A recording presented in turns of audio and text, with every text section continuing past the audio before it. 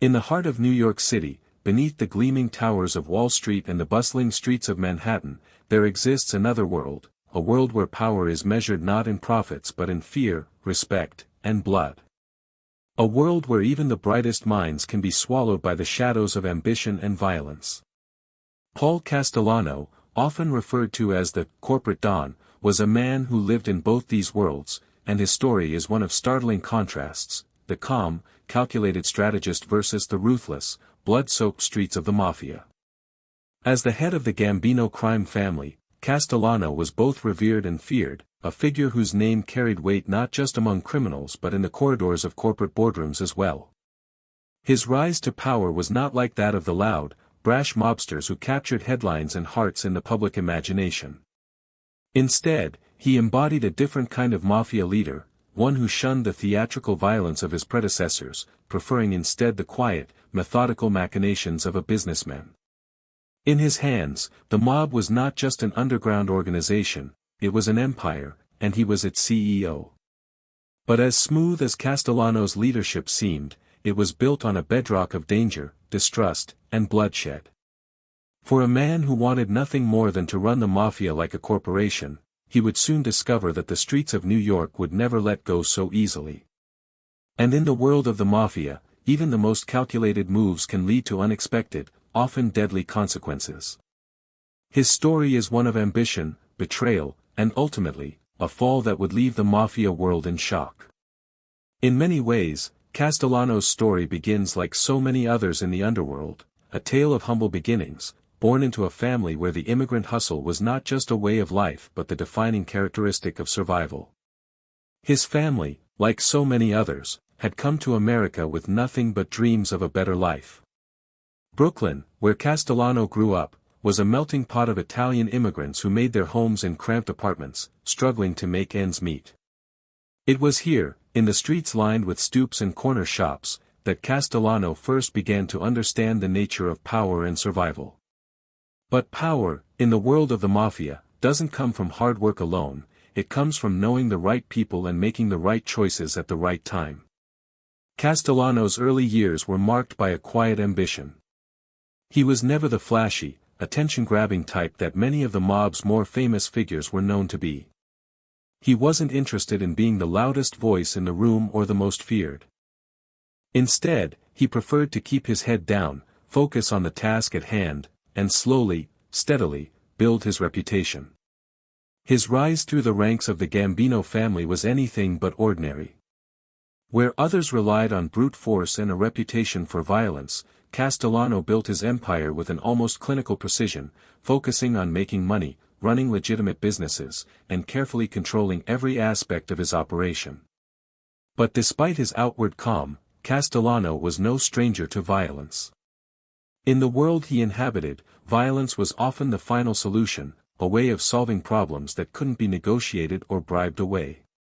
And in the early years, Castellano was more than willing to do whatever it took to secure his place in the mafia's upper echelons. His first significant crimes weren't the flashy heists or bloody shootouts that one might expect, but rather quiet, calculated moves, extortion, manipulation, and taking control of key industries that would fuel the family's financial empire. But as Castellano began to build his empire, he made a name for himself not just as a mobster, but as a visionary. His business acumen was undeniable. He didn't just want to control the streets, he wanted to control the economy behind them. Under his leadership, the Gambino family expanded into legitimate businesses, investing in everything from construction to waste management to even the garment industry. Castellano saw the mafia not just as a criminal organization, but as a corporation, a way to blend the illicit with the legal, to make money without drawing unnecessary attention. The corporate Don, as he came to be known, built his operation with a precision that was almost surgical. He ran the family like a corporation, focusing on clean operations, avoiding the overt violence that many of his predecessors had relied on. In many ways, this approach allowed him to run a tighter ship than most mafia bosses. But the more Castellano distanced himself from the brutal tactics of the streets, the more he became a target for those who felt the old ways should not be forgotten. In the world of the mafia, respect was earned not just through wealth and power, but through fear and intimidation. Castellano's refusal to engage in the kind of open violence that had marked the careers of other mafia bosses began to alienate him from his allies. One of the key figures who would come to challenge Castellano was a man who represented everything he was not, John Gotti.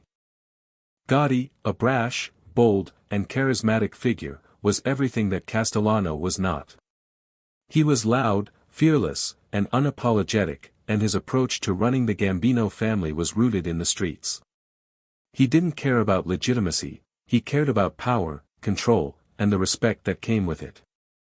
Gotti's rise within the Gambino family was nothing short of meteoric, and it set the stage for the inevitable clash between the two men. As Castellano began to distance himself more and more from the daily operations of the family, leaving much of the hands-on work to his underlings, Gotti saw an opportunity to move in. To Gotti, Castellano represented everything wrong with the mafia: his reluctance to get his hands dirty, his desire for legitimacy, and his business-minded approach to crime. Gotti, in contrast, thrived on chaos and violence. He was more than willing to do what Castellano would not: fight for control of the Gambino family, even if it meant breaking the rules. This growing tension came to a head in 1985, when Castellano, unaware of the betrayal festering in the ranks of his own family, walked out of Sparks Steakhouse in Midtown Manhattan. It was a cold December night, the air crisp and biting, and Castellano, ever the calculated leader, walked toward his death. The gunshots that rang out that night echoed through the streets of New York, marking the end of an era for the Gambino family. Castellano, the corporate don who had tried so desperately to distance himself from the bloody world of the mafia, was gunned down in cold blood. The hit on Castellano was a shock to the city, and to the mafia world. It was a reminder that in the end, no amount of corporate sophistication could protect a man from the primal violence that lurked in the shadows of his world. Castellano's death was a pivotal moment in the history of the mafia, signaling the end of one era and the beginning of another, one dominated by Gotti, whose reign would be marked by chaos, violence, and a very different approach to running the mafia. Yet even in death, Paul Castellano's legacy would not be easily erased. His vision of a more corporate mafia would live on, influencing the way organized crime was run for years to come. His approach to blending the legitimate with the illegitimate, to building a criminal empire that could function like a business, set the stage for the next generation of mobsters who would follow in his footsteps. The world would remember him not just as a mobster, but as a man who tried to change the very nature of the mafia itself. But in the end, it was the very thing that set him apart: the calm, calculated demeanor, the refusal to follow the old ways, that led to his downfall. In the world of the mafia, respect was not given based on intellect or sophistication, but on power, fear, and violence. And in the end, Paul Castellano, for all his corporate finesse, could not escape the streets that had once shaped him. His story, in many ways, is a tragic reminder that in the mafia, no matter how much you try to change, the streets always have the final say. Paul Castellano's story begins in the narrow, crowded streets of Brooklyn, a borough of New York City that was far from the gleaming lights and skyscrapers of Manhattan. In those days, Brooklyn was a place where survival was a daily struggle, and families, many of them Italian immigrants, carved out their existence on the gritty, unforgiving sidewalks and tenement buildings that lined the streets. It was here, in a modest neighborhood where opportunity often seemed scarce, that a young Paul Castellano would begin to form the ambitions that would eventually lead him into the dangerous world of organized crime. Brooklyn was, in many ways, the perfect breeding ground for future mobsters. The early 20th century saw an influx of Italian immigrants who sought to escape the poverty and instability of their homeland. They arrived in America with dreams of prosperity, only to find themselves working in factories, construction sites, and other low-wage jobs. The streets of Brooklyn were often a battleground, with families doing whatever they could to make ends meet, including turning to the underworld where power was often measured not by hard work, but by influence and loyalty. Castellano's family, like many others in the neighborhood, had come from a long line of Italian immigrants. They weren't wealthy, but they were hard-working. His father, a quiet, stoic man, worked as a laborer, while his mother, equally hard-working, kept their home together. Growing up in this environment, Paul learned early on that life wasn't just about making money, it was about survival. But as much as his family worked hard to make ends meet, the lure of the mafia and the promise of quick wealth was never far from his mind. It was in these formative years that Castellano would first catch a glimpse of the life that would later consume him. The streets of Brooklyn, with their buzzing corner stores, flickering streetlights, and narrow alleys, were a place where young men like Castellano could easily find themselves caught up in the world of organized crime. The mafia was more than just a criminal organization, it was a way of life, a code of honor that demanded loyalty and respect in exchange for protection and power. From a young age, Castellano was exposed to this world, seeing firsthand how the mob controlled everything from local businesses to labor unions to the illicit activities that funded their operations.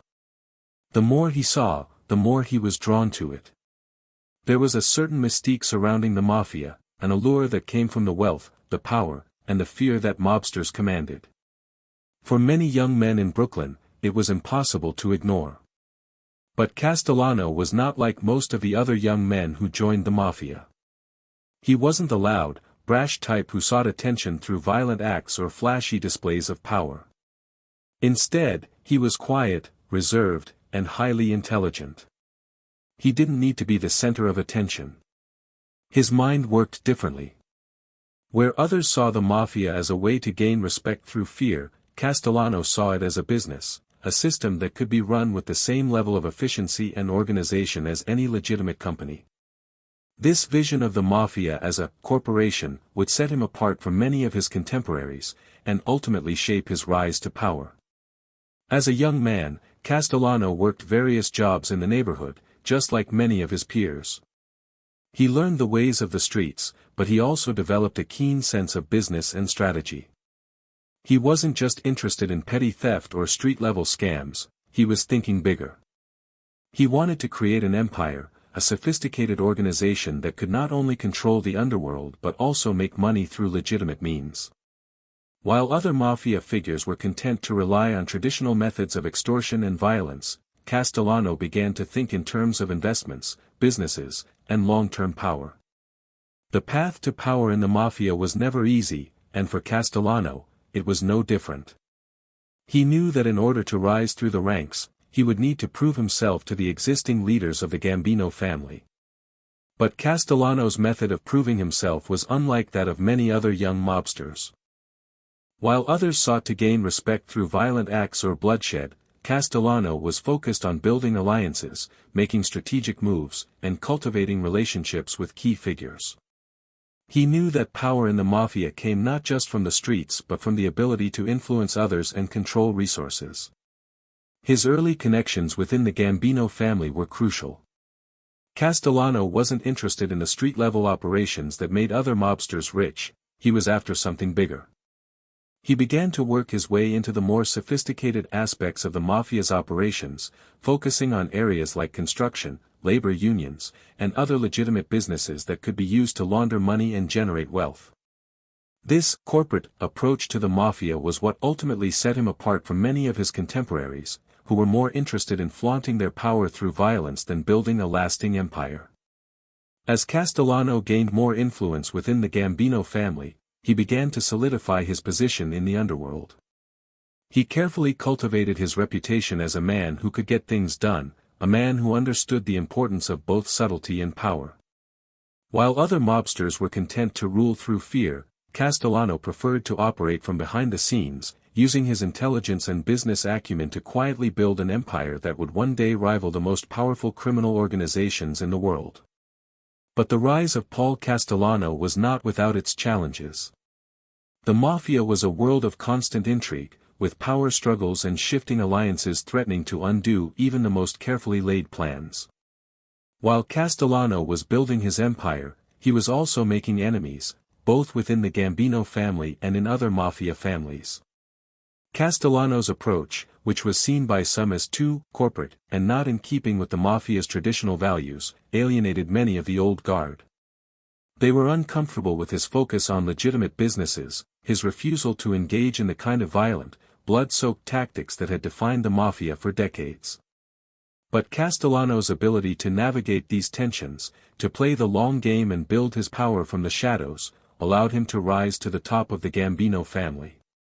By the early 1980s, he had become the boss, the leader of one of the most powerful mafia families in New York. His reign was marked by a calculated, almost clinical approach to crime, one that focused on wealth, influence, and the careful management of resources. The Gambino family, under Castellano's leadership, was no longer just a criminal organization, it was a business, a corporation that operated in the shadows but with the precision and efficiency of a Fortune 500 company. But as Castellano moved further into the world of legitimate business and away from the violent, unpredictable world of street crime, he began to face resistance from within his own ranks. Younger, more brash mobsters, like John Gotti, were beginning to challenge his authority, seeing him as out of touch with the true nature of the mafia. To them, Castellano's approach was too soft, too focused on money and business and not enough on the raw, brutal power that had made the Gambino family the most feared in the city. As Gotti's power grew, so did the tension between him and Castellano. The older, more refined Castellano was viewed as an outsider by many of the younger men in the mafia.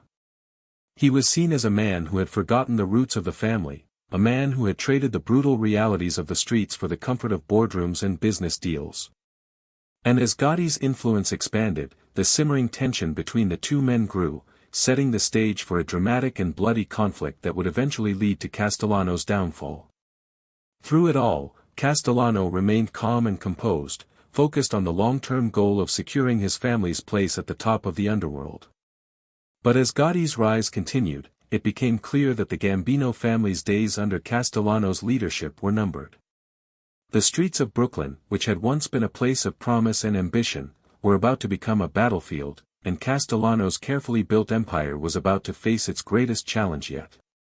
As Paul Castellano rose through the ranks of the Gambino family, his journey was one of careful, calculated moves that kept him just on the edge of violence while steadily solidifying his position as one of the most powerful figures in New York's mafia. His rise to prominence was neither swift nor flashy. It was a slow burn, built on trust, strategic alliances, and a rare focus on long-term stability over short-term glory. Where other mobsters were known for their rash decisions and explosive violence, Castellano carefully crafted his path with an eye on wealth, influence, and the art of managing both the legitimate and illicit aspects of his operations. At first, Castellano's entry into the mafia world seemed almost incidental. Brooklyn in the mid-20th century was a place brimming with opportunities for those willing to risk their lives to climb the ladder of organized crime. But unlike many of his peers, Castellano did not rush into the street-level operations of the mob. He understood early on that to achieve power, he needed to think like a businessman, not a gangster. His approach was marked by a shrewd understanding of the mafia's inner workings, but more importantly, he saw beyond the violence that so many of his peers thrived on. Castellano's real genius lay in his ability to control the money, to move operations into legitimate businesses, and to avoid the bloody conflicts that might risk everything he had worked for. He knew that to rise in the mafia, he needed to do more than just commit the usual crimes, extortion, theft, or even murder. He needed to make a name for himself in a way that would earn him respect, not through reckless brutality but by being a man who could build, who could think strategically. Castellano wasn't the type to act without forethought. His actions were deliberate, and his decisions were always made with a level of foresight that allowed him to navigate the complex world of organized crime with a rare precision. One of Castellano's earliest moves was to align himself with key figures within the Gambino family, slowly gaining their trust and proving his worth. While others were out causing mayhem, Castellano was in the background, quietly negotiating deals and keeping the family's operations running smoothly. He became known for his ability to manage people, to keep a tight grip on the family's various interests while remaining largely unseen. His skill in running businesses, both legitimate and illegal, set him apart from many other mobsters who relied more heavily on brute force than financial savvy. His growing reputation as a careful, business-minded strategist quickly earned him a position of trust within the Gambino family. But even as Castellano played the long game, his ascent was not without its challenges. The world of organized crime was never a safe place, especially for those who sought to change the game. Castellano's more sophisticated approach to the mafia was viewed with suspicion by some of the older members of the family. Many of the men who had come before him had risen through the ranks by demonstrating their ability to wield violence, to establish fear and control through brutal force. They didn't understand Castellano's vision of a corporate mafia, one where power was maintained through quiet deals and financial leverage, rather than bloodshed and intimidation. In the eyes of these men, Castellano was an outsider, a man who had forgotten the roots of the mafia in the streets of New York. They resented his attempts to clean up the operations, to run the family like a business, and they viewed his approach as weak and untested.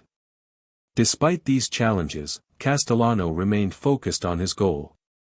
He understood that power in the mafia wasn't just about muscle, it was about control. And control, he knew, came not just from ruling with an iron fist, but by knowing how to make money, how to invest in legitimate enterprises that could fund the family's criminal activities without drawing attention. Under his leadership, the Gambino family began to expand into new industries. Castellano took control of waste management, construction, and even the garment industry, industries that would allow the family to launder money and maintain a front of legitimacy while simultaneously profiting from their criminal enterprises. He realized that the best way to protect the family's wealth was to diversify its income streams, and he carefully built a network of businesses that would ensure the family's dominance in both the legal and illegal worlds. While Castellano's approach may have been seen as more businesslike, it was not without its own form of violence. Behind his polished exterior was the cold, calculating mind of a mob boss who knew that maintaining control meant using force when necessary. Though he preferred to avoid the outwardly violent methods that other mobsters used, he still wielded power ruthlessly when the situation called for it. It was said that Castellano would sometimes use his influence to remove rivals, but he would do so quietly, ensuring that the violence was always part of a larger plan. He would get what he wanted through manipulation, not through confrontation. And while this approach kept the bloodshed to a minimum, it also created enemies, especially within the ranks of the mafia. Castellano's power was not without its detractors. As he moved further away from the violent traditions of the mafia, his control over the family was increasingly challenged by younger, more aggressive members of the organization. John Gotti, a rising star within the Gambino family, became one of his most vocal critics. Gotti, unlike Castellano, was a man of the streets, a gangster who understood that respect in the mafia came not just from wealth and business success, but from the ability to command fear. Gotti had no interest in the kind of corporate approach that Castellano championed. To Gotti, the mafia was a family of killers, not businessmen.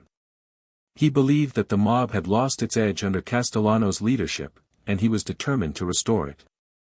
As Gotti's power and influence within the family grew, the tension between him and Castellano escalated.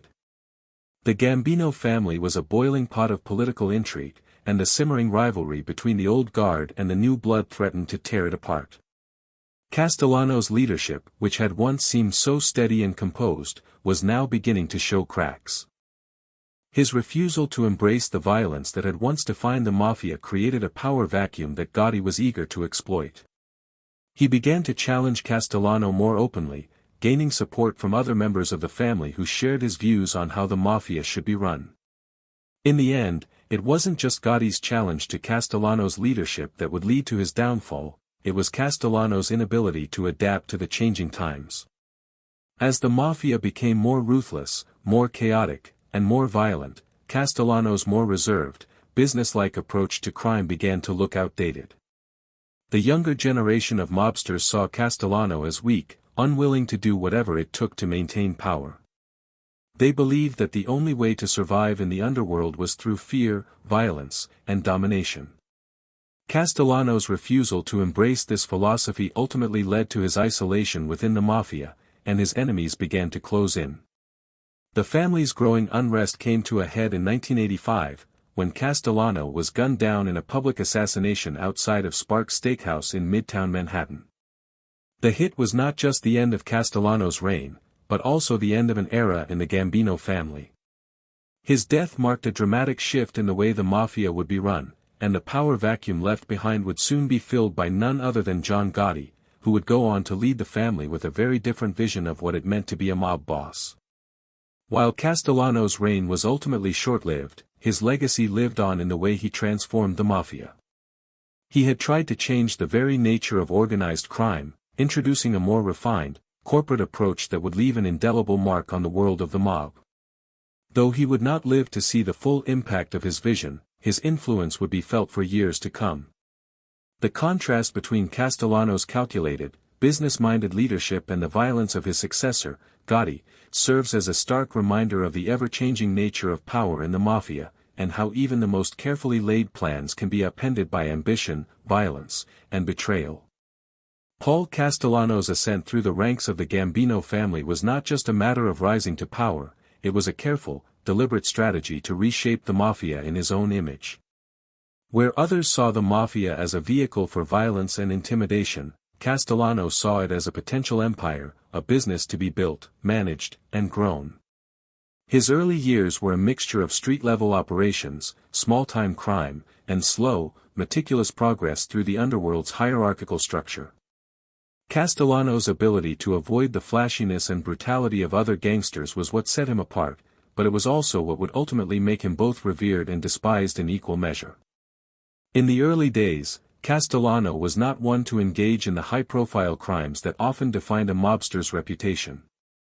He did not make a name for himself with explosive heists or bloody showdowns with rival families. Instead, he operated with a quiet, understated professionalism that allowed him to rise unnoticed through the ranks. But this calm, calculated demeanor was not a sign of weakness, rather, it was the mask of a man who understood the real power in the mafia was not in creating chaos, it was in controlling the flow of money, people, and influence. His method was one of patience, of waiting for the right moment to strike, rather than acting impulsively or recklessly. During the years he spent making a name for himself within the Gambino family, Castellano built his power quietly but surely. He learned the intricacies of running organized crime, studying everything from extortion to money laundering, to the various industries that the mafia had infiltrated over the years. Construction, garbage collection, labor unions, and even the garment industry, these were all parts of the illicit network that kept the Gambino family rich and powerful. But Castellano understood that these businesses were not just cash cows, they were the key to the family's long-term survival. And unlike the older, more traditional mobsters, Castellano saw the need to incorporate legitimate businesses into the family's portfolio, to give them a veneer of respectability, and to ensure that their operations would be less vulnerable to law enforcement scrutiny. In a sense, Castellano was already ahead of his time. While the mafia families of the previous generation were largely focused on extortion, drug dealing, and more traditional forms of crime, Castellano was looking for ways to make money that were more sustainable and less likely to attract law enforcement attention. His vision was not to be a mere gangster but to be a CEO of the mafia, a man who could sit in a boardroom as easily as he could in a backroom filled with armed men. His focus was not on violent power struggles but on controlling wealth and influence, which he believed would give him the true power he sought. This more corporate approach to the mafia was a stark contrast to the ways of his predecessors.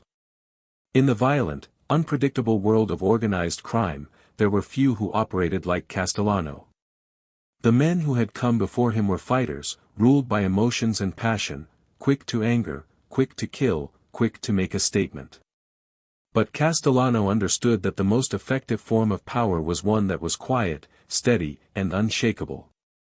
He believed that to survive in the mafia world, one needed to be able to distance themselves from the petty violence that so often marked mob activity, while still holding the reins of power. His method was all about control, and it was that control that allowed him to survive when others with more volatile personalities would have perished. It wasn't long before Castellano's quiet approach to mafia life began to pay off. He gained the trust of the family's upper echelon, working his way into positions of increasing influence, while steadily building his own network of loyalists. His first major breakthrough came when he took control of the family's construction racket. The construction industry in New York, much like the garbage collection business, was rife with corruption, and Castellano was able to use his contacts and strategic thinking to dominate the sector. He was able to do this by securing lucrative contracts and then manipulating the system to ensure that the Gambino family would always have their hands in the pot. The contracts were often overpriced, and much of the work was subpar, but the profit margins were astronomical, and the family's influence grew exponentially as a result. But Castellano was more than just a businessman.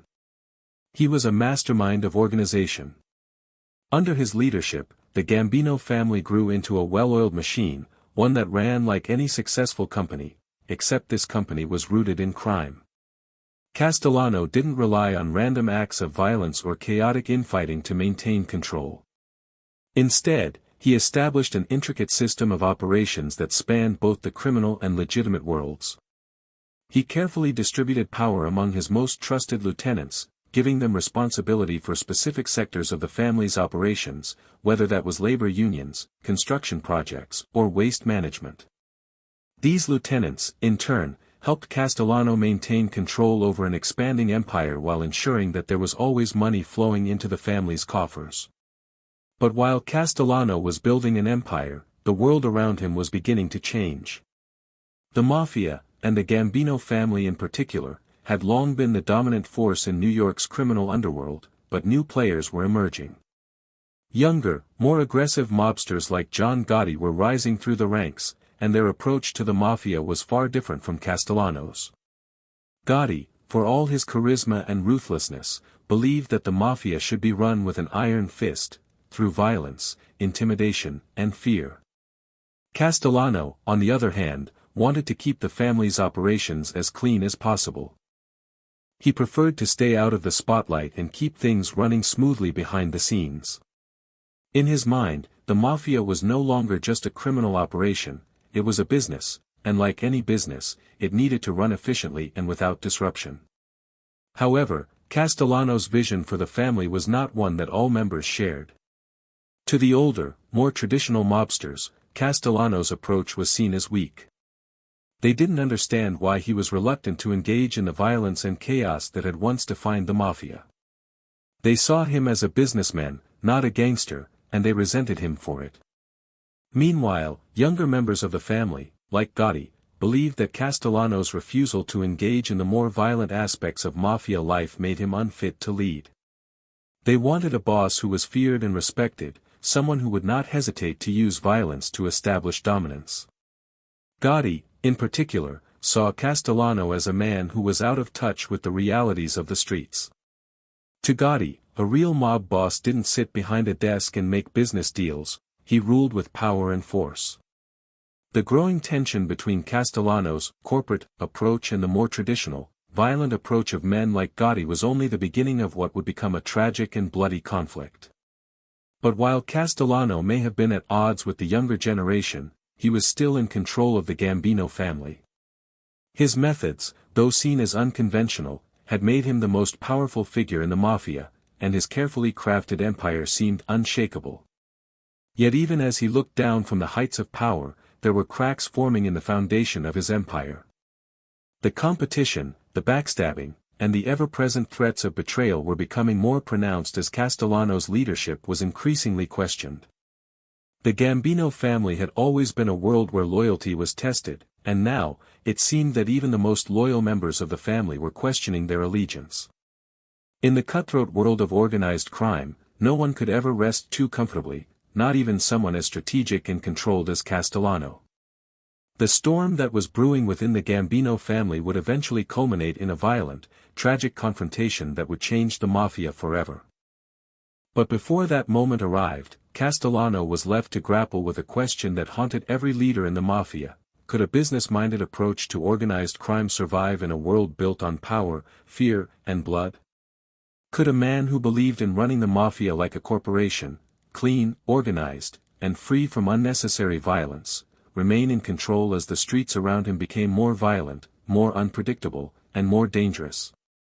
The answer, as history would show, was no.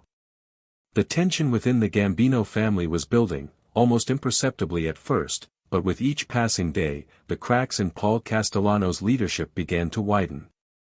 The once unshakable foundation of his power, built on methodical business practices and careful management of both legitimate and illicit operations, was beginning to show signs of strain.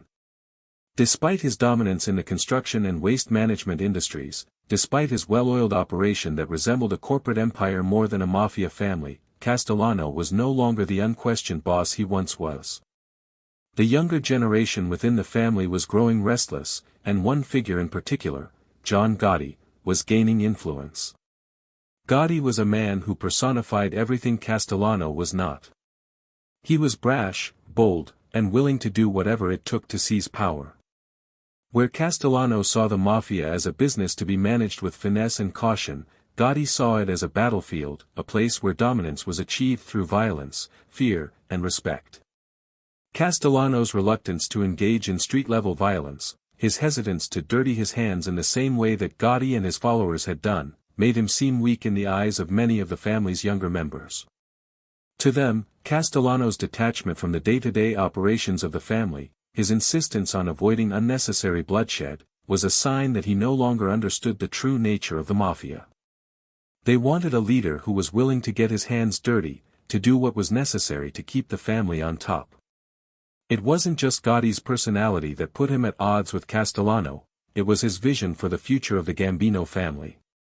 Gotti and his supporters believed that the family had become too complacent under Castellano's rule. They believed that Castellano's corporate-style leadership, which focused on making money through legitimate businesses and minimizing violence, had made the family vulnerable. To Gotti, the family needed to return to its roots, to the days when power was asserted through brutal force and ruthless tactics. Castellano, with his focus on money laundering and real estate, had become too far removed from the gritty, violent world that had made the Gambino family the most feared mafia organization in New York. But Gotti's challenge to Castellano wasn't just philosophical. It was personal. Castellano's leadership was increasingly seen as a threat to the very survival of the family. His refusal to embrace the more violent aspects of mafia life had made him enemies not just within the ranks of the Gambino family, but across the broader mafia world. Many of the older, more traditional mobsters saw Castellano as a sellout, a man who had forgotten the importance of maintaining power through fear and respect. They saw him as a weak link in the chain, someone who had turned the mafia into something more akin to a business than a criminal organization.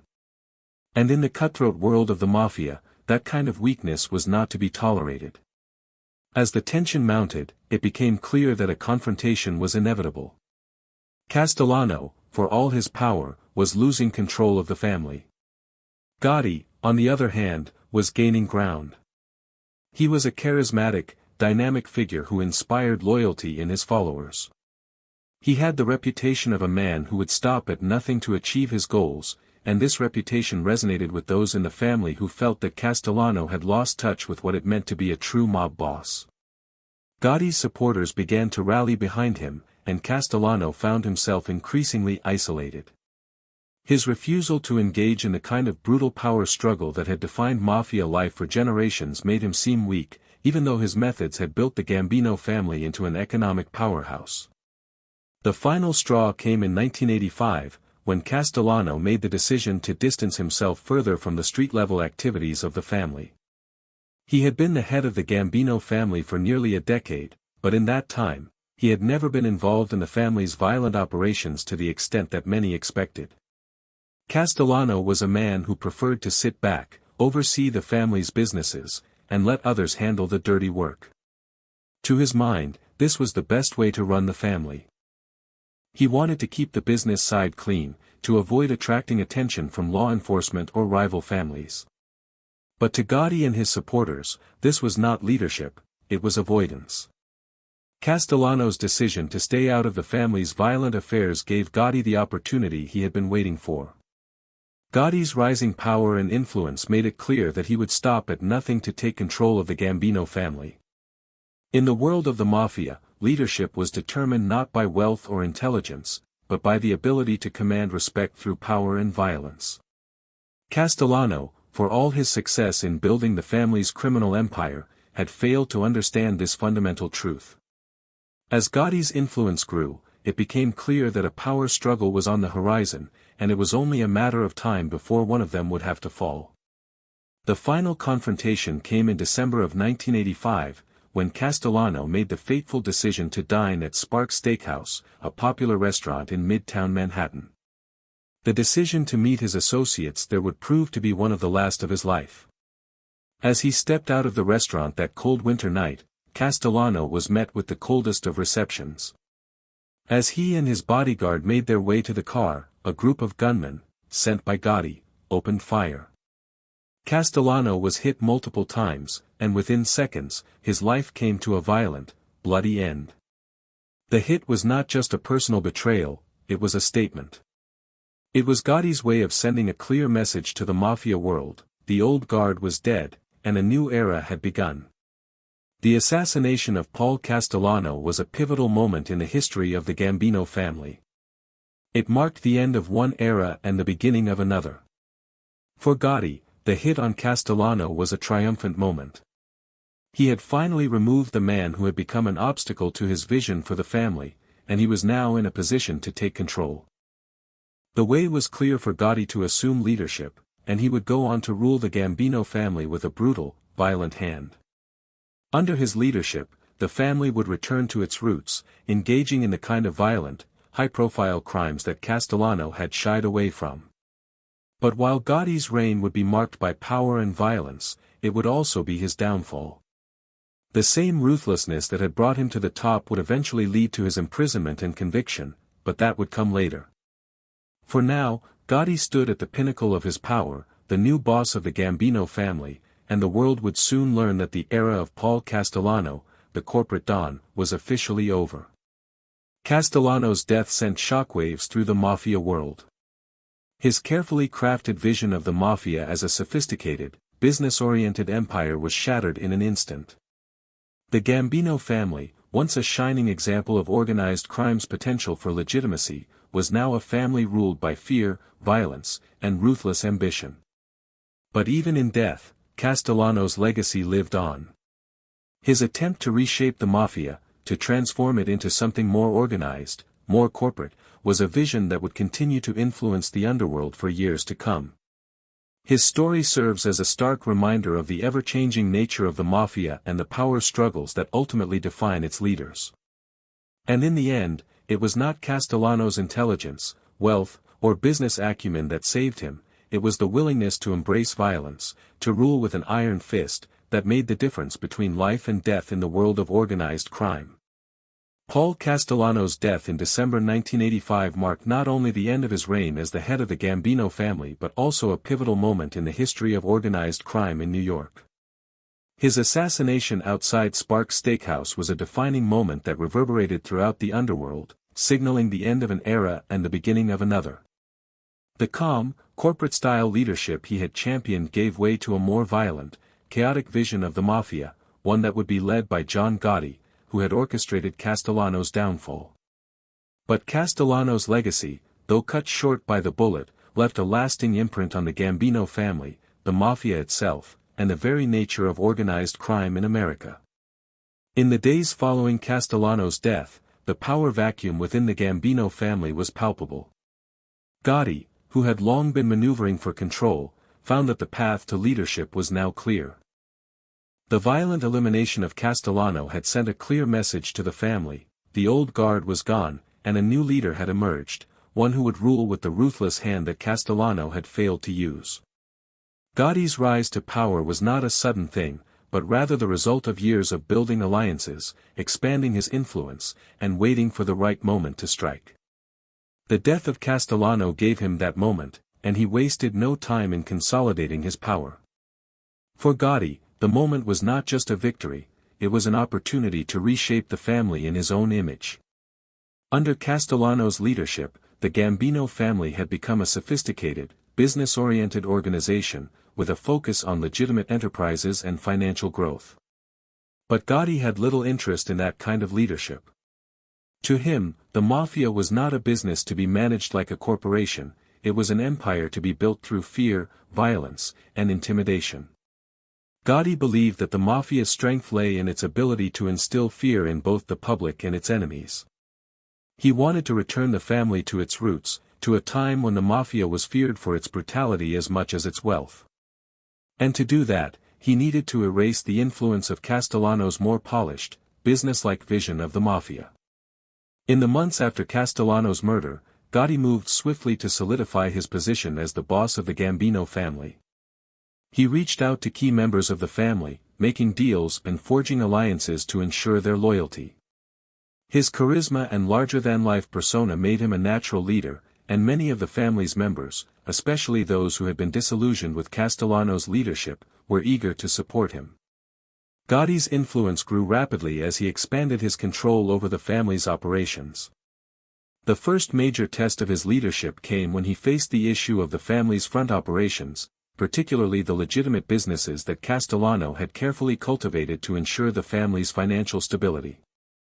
Gotti had little interest in continuing Castellano's approach of blending legitimate businesses with the family's criminal activities. Under Castellano, the family had made huge profits from investments in construction, garbage collection, and other legal ventures, but Gotti was not content with just making money. He wanted to make a statement. He believed that the true power of the Gambino family came from its ability to control the streets, to dominate the neighborhoods, and to make people fear the very mention of their name. As a result, Gotti began to scale back the family's investments in legitimate enterprises, focusing instead on rackets, extortion, and other high-risk, high-reward ventures that would bolster his reputation as a feared mob boss. The shift in focus from legitimate businesses to street-level operations marked a dramatic departure from Castellano's vision for the family. While Castellano had built a criminal empire that was characterized by a mix of legitimate and illegal enterprises, Gotti was determined to return the Gambino family to its roots in the more traditional forms of organized crime. The family's activities became more high-profile and more violent. Extortion, drug trafficking, loan sharking, these were the bread and butter of Gotti's operations. The shift in focus brought with it an increase in violence, as Gotti sought to eliminate rivals and expand his control over new territories.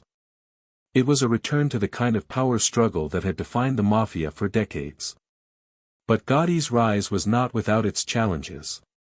As he took control of the Gambino family, he faced resistance from other mafia families, some of whom viewed him as an upstart, a man who had gained power through violence and treachery rather than through tradition and respect. The more established families of New York City, such as the Genovese and Lucchese families, were wary of Gotti's rise. His violent takeover of the Gambino family sent shockwaves throughout the mafia world, and many feared that his ruthless tactics would destabilize the delicate balance of power that had existed for decades. Gotti's reputation for violence preceded him, and it wasn't long before the other families took notice of the way he was consolidating power. But for Gotti, the challenge was not just from rival families, it was also from within his own ranks. Despite the loyalty he had earned from many members of the Gambino family, there were still those who resented the way he had taken control. Some members of the old guard, those who had been loyal to Castellano, were unhappy with the way Gotti had killed their former boss. These men, many of whom had risen through the ranks alongside Castellano, were deeply invested in the vision he had set for the family. They saw Gotti as a man who had taken the easy way out, relying on violence to seize power rather than building an empire through careful management and strategic thinking. The tension between the old guard and the new generation of Gotti's supporters created an unstable environment within the family, one that would soon give way to more bloodshed. Despite the internal and external pressures, Gotti thrived in the environment of chaos and violence that had now come to define the Gambino family. He was a master of manipulation, able to outmaneuver both his rivals and his own family members to maintain control. Gotti's charisma and charm made him a beloved figure among his supporters, while his ruthlessness ensured that no one would challenge him for long. He was known for his ability to navigate the complex web of loyalties and betrayals that characterized mafia life, and he quickly became the most powerful figure in New York's underworld. Under Gotti's leadership, the Gambino family returned to the spotlight in a way that had not been seen in years. The family became notorious for its involvement in high-profile crimes, including drug trafficking, extortion, and racketeering. The press reveled in Gotti's image as the Teflon Don, a man who seemed to escape conviction no matter the evidence against him. His ability to avoid prosecution became legendary, and it only added to his mystique as a mob boss who could outsmart both law enforcement and his enemies. But despite his success in the criminal world, Gotti's reign was not without its consequences. His violent rise to power, his involvement in the most heinous crimes, and his ability to evade justice created a legacy of violence, corruption, and fear. In the years that followed, Gotti's actions would eventually lead to his downfall. His brutal tactics, once seen as his greatest strength, would become his greatest weakness. His enemies, both inside and outside the Gambino family, would ultimately turn on him, and his empire would crumble. But even as Gotti's reign began to unravel, his name would remain synonymous with the mafia, and the legacy of his rule would cast a long shadow over the history of organized crime in America. For Castellano, the death he had faced was the tragic conclusion of his attempt to transform the mafia into a more refined and businesslike operation. His desire to distance the family from violence and chaos had been his ultimate undoing. It was an ironic twist, given that it was his own reluctance to embrace the more brutal aspects of mafia life that had ultimately led to his downfall. As Gotti took control and reshaped the family in his own image, the world saw the end of one chapter in the mafia's history and the beginning of another, one that was far darker, more violent, and less concerned with business than with power. As the Gambino family entered a new era under John Gotti's leadership, the underworld of New York was suddenly thrust into a period of transition that would shake the mafia to its very core. The death of Paul Castellano had not only been a violent coup within the family but also a stark reminder of the ever-shifting allegiances and loyalties that defined the criminal world. Gotti's rise to power was not a simple ascent, it was a ruthless reclamation of the family's throne. With Castellano gone, Gotti wasted no time in consolidating his position, establishing dominance both within his own ranks and across the broader mafia landscape. What followed was a series of power struggles, manipulations, and violent confrontations, all of which were aimed at securing Gotti's rule and transforming the Gambino family into a force that would come to dominate New York's criminal world. The transformation that took place within the family was immediate and dramatic. Under Castellano, the Gambino family had become a more business-like operation, focused on legitimate enterprises and avoiding the bloody conflicts that had marked earlier generations of mobsters. Castellano had distanced himself from the violence that had once been central to the mafia's power, focusing instead on building wealth through investments in industries like construction, waste management, and trucking. For Castellano, the idea was simple: keep a low profile, avoid law enforcement attention, and continue expanding the family's influence through legitimate means. His belief was that the future of the mafia lay in being able to balance the criminal with the respectable. Gotti, however, saw things differently. While he was certainly no stranger to the business side of the mafia, he had been involved in the family's rackets and legitimate operations, he was far more interested in returning the Gambino family to its violent, power-driven roots. To Gotti, the true strength of the mafia was not in wealth or sophistication, it was in fear, intimidation, and control. Gotti believed that the family's power lay in its ability to dominate neighborhoods, to make people afraid, and to strike swiftly and decisively at its enemies. Under his leadership, the Gambino family would no longer be a quiet empire of business dealings, it would be a force to be reckoned with, a brutal, feared entity that controlled every aspect of its territory with an iron fist. One of the most notable aspects of Gotti's leadership was his ability to blend his street-level influence with his growing political and social connections. While Castellano had kept a relatively low profile, preferring to operate in the shadows, Gotti quickly became a public figure. His charisma, charm, and willingness to engage with the press made him the perfect figurehead for the family. He was soon dubbed the Teflon Don due to his ability to avoid conviction in several high-profile criminal trials. Gotti's public persona was a far cry from the traditional image of a mafia boss who stayed behind the scenes.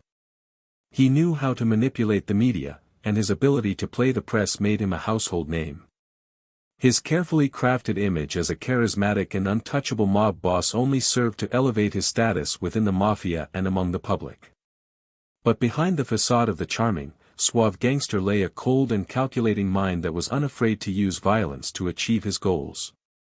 Gotti's return to the more brutal ways of mafia life meant that rival families, former allies, and even some within his own ranks soon found themselves in his sights. Gotti was not one to shy away from violence, and his willingness to eliminate anyone who stood in his way earned him a reputation as a mob boss who would stop at nothing to maintain control. His leadership was defined by his ability to strike hard and fast, whether through brutal murders or the strategic use of fear and intimidation.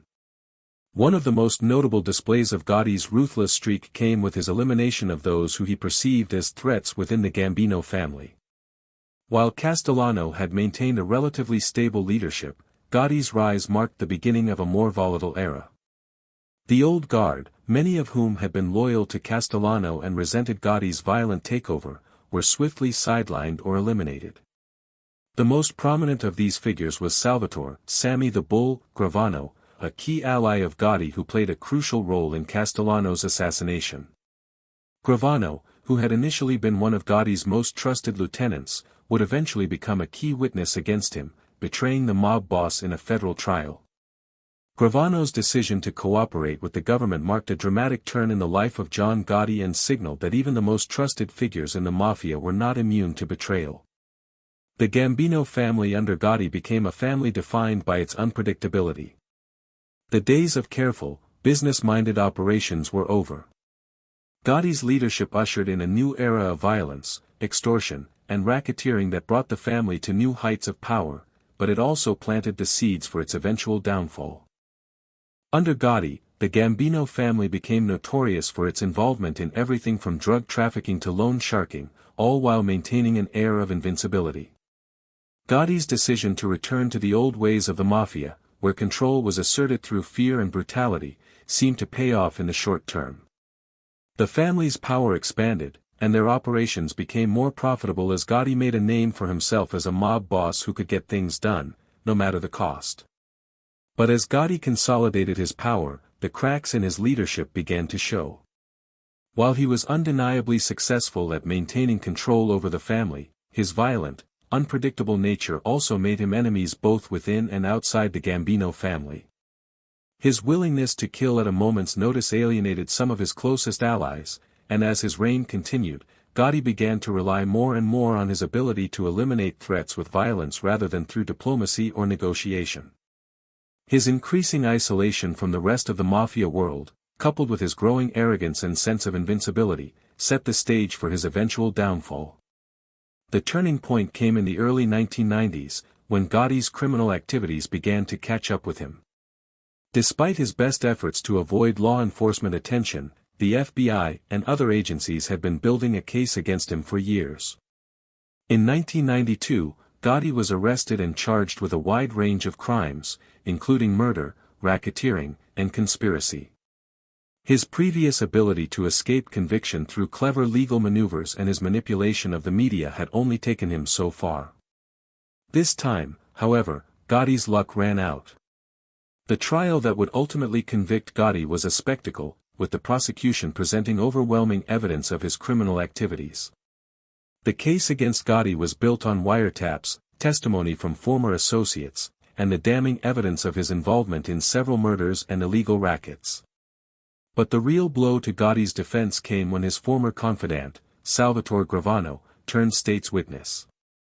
Gravano's testimony was instrumental in bringing down Gotti, and the betrayal of his closest ally marked the end of Gotti's reign as the head of the Gambino family. The trial ended with Gotti being found guilty on all charges, and in 1992, he was sentenced to life in prison. His conviction was a bitter blow to the Gambino family, as Gotti's leadership had been central to the family's power in the years since Castellano's death. The once feared Teflon Don was now behind bars, facing the rest of his life in prison. His conviction marked the end of an era for the Gambino family, but it also signaled the shifting dynamics of organized crime in New York. With Gotti out of the picture, the family would face a period of instability and transition, as new leaders would emerge to fill the power vacuum left behind by the fall of their once mighty boss. In the years that followed, the Gambino family's power would diminish significantly. Gotti's conviction, combined with the increased scrutiny of law enforcement and the rise of new criminal organizations, meant that the family was no longer the dominant force it once had been. Gotti's death in 2002, while still behind bars, marked the end of his chapter in mafia history. He would be remembered not just for his violent rise to power but also for the way his reign reshaped the mafia's culture and the way it operated. The story of John Gotti is a testament to the fleeting nature of power in the criminal world, where even the most feared figures can fall from grace, often due to their own hubris and inability to adapt to the changing tides of the underworld. As the years passed and the dust settled on John Gotti's dramatic rise and fall, one question lingered over the ruins of his empire: what had made him so different from the other mafia bosses who came before him? The answer lies not just in his violent tactics, but in his ability to carve out a persona that was uniquely his. While many mob bosses before him operated in the shadows, Gotti had perfected the art of being both a feared criminal and a public figure. His uncanny ability to escape the clutches of law enforcement time and again, coupled with his undeniable charisma, made him not just the boss of the Gambino family but a larger-than-life figure in the eyes of the media, his allies, and his enemies alike. Before Gotti, the mafia was often seen as a hidden world of intrigue, operated by men who preferred to remain unseen, their faces cloaked in secrecy and their dealings executed behind closed doors. But Gotti turned that image on its head. In the public's eye, he was not just another gangster, he was the Teflon Don, a nickname that captured both his ability to avoid conviction and his confidence in his own untouchability. Where his predecessors were shadows, Gotti was a star. He didn't just embrace the limelight, he thrived in it. His presence in the media, his appearances on the evening news, and his image as the ultimate mobster made him a kind of celebrity, albeit a dark and controversial one. But in the world of organized crime, being a celebrity came with its own set of risks. The nature of Gotti's relationship with the press was a key element in his reign as boss. He understood the power of media, and he used it to his advantage, manipulating the public's perception of him in ways that no other mob boss had before. Gotti loved the attention, relished in his image as an untouchable figure, and played up the mystique that surrounded him. This was a man who, despite being the head of one of the most dangerous criminal organizations in the world, became a kind of folk hero to many, celebrated not for his business acumen or strategic brilliance, but for his ability to evade justice, dodge bullets, and manipulate both the law and the media. His charm and swagger captivated many, including his own followers, but it also created enemies, both inside the mafia and beyond. In many ways, Gotti's public persona was built upon his ruthlessness. The mafia was built on respect, and respect, in the world of organized crime, was often won through violence. But unlike the violent, chaotic methods that had been the hallmark of previous bosses, Gotti was a calculating operator. His ruthlessness was not just about killing and eliminating threats, it was about controlling perception and maintaining power. By eliminating key rivals with brutal efficiency, Gotti ensured that his own power remained unchallenged. His role in the murder of Paul Castellano was the most dramatic example of this, a clear sign that Gotti was willing to do whatever it took to secure his place at the top. But while his violent acts were undeniably part of his rise, Gotti's real genius lay in his ability to use those acts of violence to further solidify his public image as a ruthless leader who commanded respect. At the same time, his ability to escape conviction in the courtroom only added to his mystique. Gotti became known as the Teflon Don because, despite facing multiple serious charges, he was acquitted time and time again. The first major trial that led to this nickname was the 1986 trial for the murder of Paul Castellano. The evidence against him was overwhelming, witnesses had identified him, and wiretaps and other evidence clearly linked him to the crime. Yet, through a combination of skilled legal maneuvering, witness tampering, and a bit of good fortune, Gotti walked free. The case was a major blow to law enforcement, and it only served to strengthen Gotti's reputation as a man who was untouchable, invincible. His ability to avoid jail time at a moment when the government was closing in on him made him seem almost invulnerable. The nickname, Teflon Don, stuck, and Gotti played it up, using the media to further promote his invincibility. However, Gotti's rise to power wasn't just a result of his ability to play the media or avoid prosecution, it was also a product of his shrewd, often brutal, strategic mind. While his public persona was that of a confident, untouchable mob boss, behind closed doors, Gotti was a master tactician who understood that violence, while necessary, was only one part of the equation. In his quest for power, he realized that controlling territory, consolidating power, and ensuring loyalty were equally, if not more, important. His management style was a departure from the old-school approach that had dominated the Gambino family for years. Where Paul Castellano had built a criminal empire based on careful business decisions and quiet authority, Gotti ruled with a more volatile hand, relying on violent intimidation and brute force when necessary. Under Gotti's leadership, the Gambino family reasserted its dominance in the criminal world, returning to the traditional mafia operations that Castellano had once distanced himself from. Drug trafficking, loan sharking, and extortion became the core of the family's operations again, and Gotti was more than willing to turn a blind eye to any moral or legal considerations if it meant increasing the family's wealth and influence. Gotti understood that in the world of organized crime, money and power were the most important currencies. He worked tirelessly to ensure that the Gambino family controlled the most lucrative rackets in New York. This meant eliminating rivals, both within the family and outside of it. He orchestrated the killings of key figures who threatened his rule, often using brutal methods to send a clear message to anyone who might consider challenging him. Gotti's relationship with his underlings, particularly the men in his inner circle, was a complex one. While many of his men were loyal to him, Gotti's method of leadership, marked by sudden displays of violence, created an atmosphere of constant fear. Loyalty was rewarded, but betrayal was met with swift and merciless retaliation. Those who were not seen as completely loyal to him were either eliminated or driven out of the family. This ruthlessness was one of the hallmarks of Gotti's leadership style, and it contributed to his rapid consolidation of power.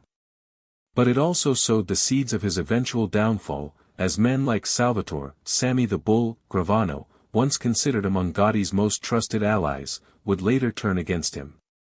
While Gotti's violent tactics ensured that the Gambino family remained the most powerful mafia organization in New York, they also made it difficult for him to maintain control over the long term. His obsession with power, his willingness to alienate allies, and his increasing reliance on violence to solve problems all worked against him. Despite his ability to avoid conviction in court and his command over the Gambino family's criminal empire, Gotti's leadership was inherently unstable. As time went on, the once untouchable mob boss found himself increasingly isolated from both his own men and the outside world. John Gotti's reign, while marked by triumphs and the achievement of great wealth and power, was also plagued by betrayal, infighting, and a growing sense of paranoia. His downfall would not come from a rival mafia boss, nor from a government agent who finally caught up with him. It would come from within his own ranks. The very men he had elevated to power, the ones who had helped him secure his place at the top, would eventually turn on him. Gotti's failure to maintain the kind of loyalty that had once characterized the mafia under more traditional leadership was his undoing.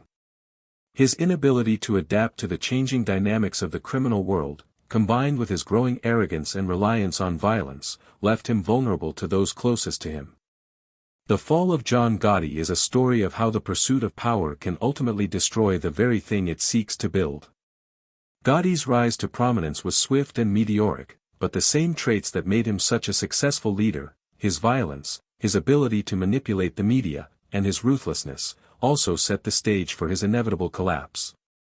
He had built an empire, but in doing so, he had alienated too many people, leaving himself open to betrayal. As the walls closed in, Gotti's carefully crafted image as the Teflon Don began to unravel, and the reality of his criminal empire came crashing down.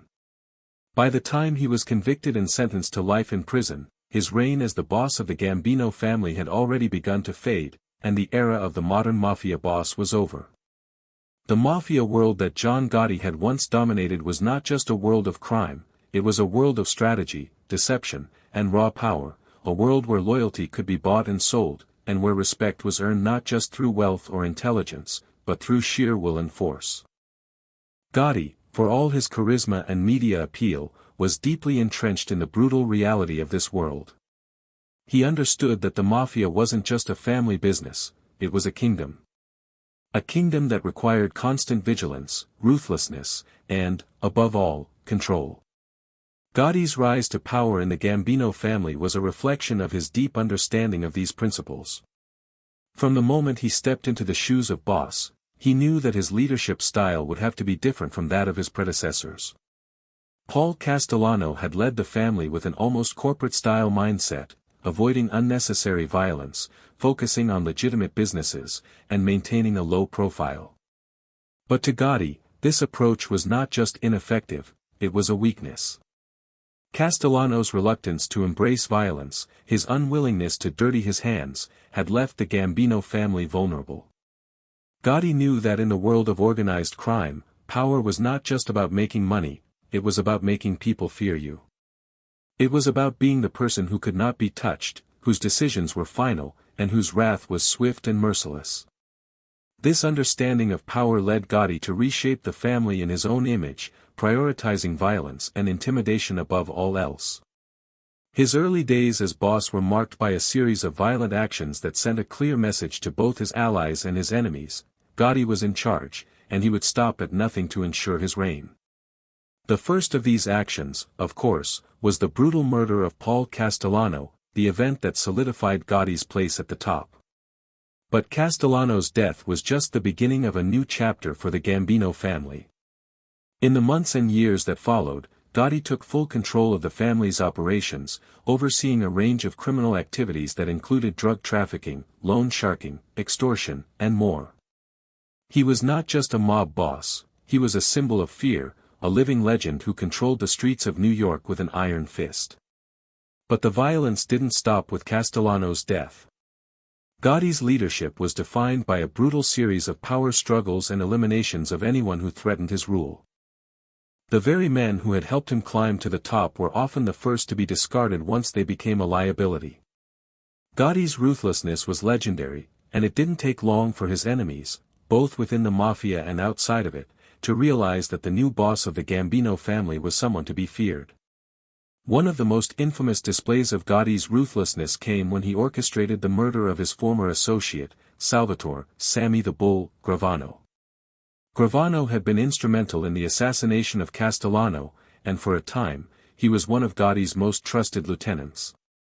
However, over time, Gravano grew disillusioned with Gotti's leadership.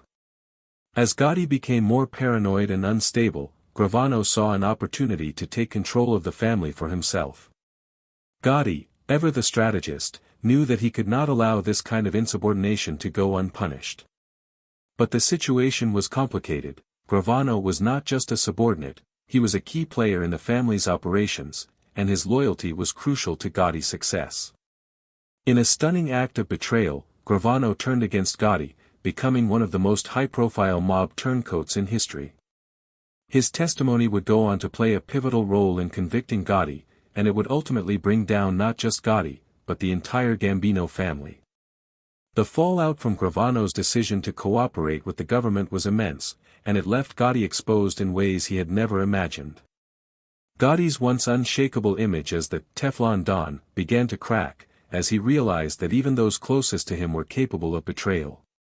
The betrayal of Gravano was a significant turning point in Gotti's reign. It was a stark reminder that, in the world of the mafia, loyalty was a fragile thing. For Gotti, the realization that his inner circle was not as loyal as he had once thought was a devastating blow. It also marked the beginning of Gotti's decline. His empire, which had once been untouchable, was now vulnerable. The very men who had helped him secure power were now turning on him, and Gotti found himself in a position he had never anticipated, under threat from all sides. As Gotti's empire began to unravel, so did his reputation.